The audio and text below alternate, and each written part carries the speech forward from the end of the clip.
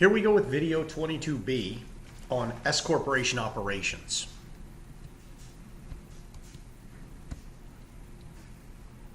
So unlike partnerships, the income and loss allocation for an S-Corporation shareholder is not particularly flexible. You simply allocate profit and loss pro rata based on the number of shares owned each day of the year, period. If you sell shares during the year, pro rata per day allocations.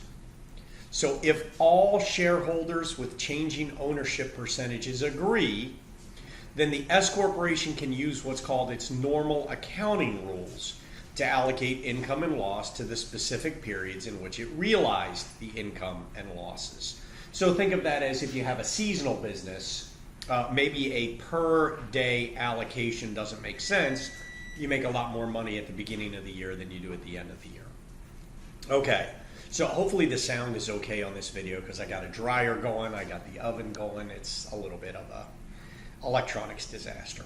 Okay, so assume Hot Rod Inc. was formed as a calendar year S-Corporation with Rod, Dave, and Rico, who are all party guys, as equal 1/3 shareholders. On June 15 of 2018, Rico sells his shares to Rod. Hot Rod reported business income for 2018 as follows. So you can see that for the first 165 days up through that date of sale, it generated $100,000 of income. And then June 14 through December 31st, the next 200 days of the year, it generates $265,000 of income. So we got a little seasonality going on here where more income is being generated in the final half of the year than in the first half of the year. So how much income is going to be allocated to each shareholder if they use the daily method, which is the general method of allocating income? So you can see that income per day is $365,000 divided by 365 days, or $1,000 a day.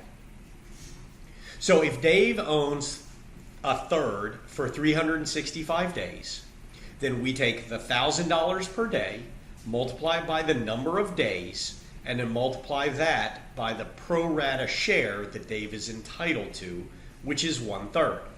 He ends up with $121,667. Rico owned 1/3, but only for the first 165 days, and then he sold his interest to Rod.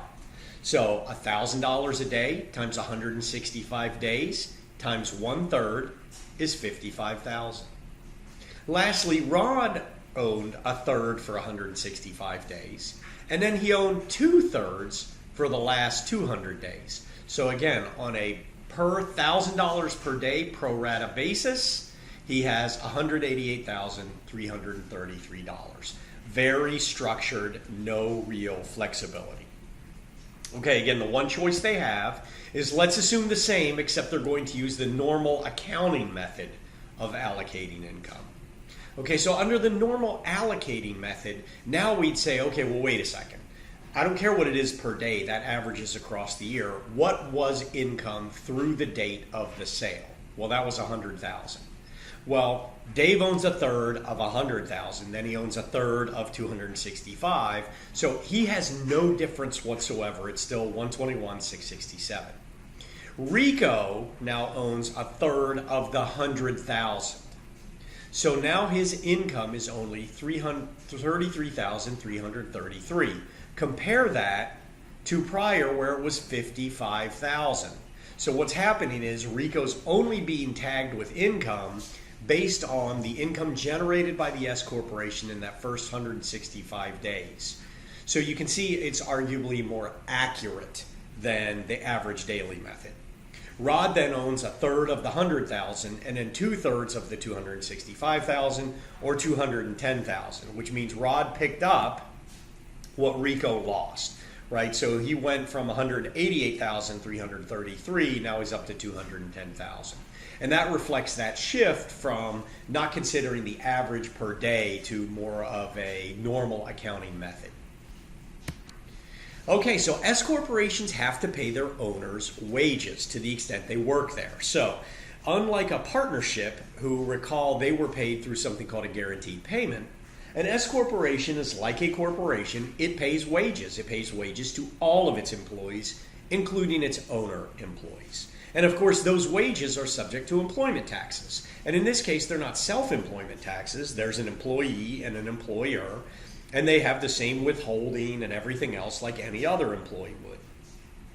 The remaining income that's left in the S corporation, that's what's distributed to the shareholders, right? So think about how we allocate income from a partnership. We have a lot of flexibility, and it's all treated as self-employment income. Whereas the income that is allocated from an S corp is what's left over after wages.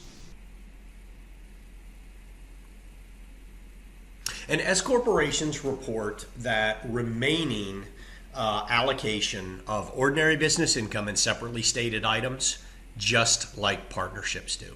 Okay, so S corporations are unique in this way because part of what they pay comes out in a wage, and that's subject to employment taxes.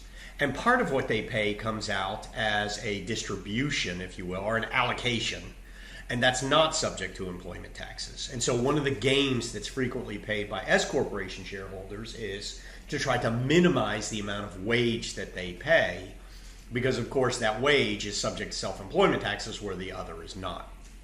Okay. So the separately stated items come on the Form 1120S, on the Schedule K1s. That looks just like it did for the partnerships.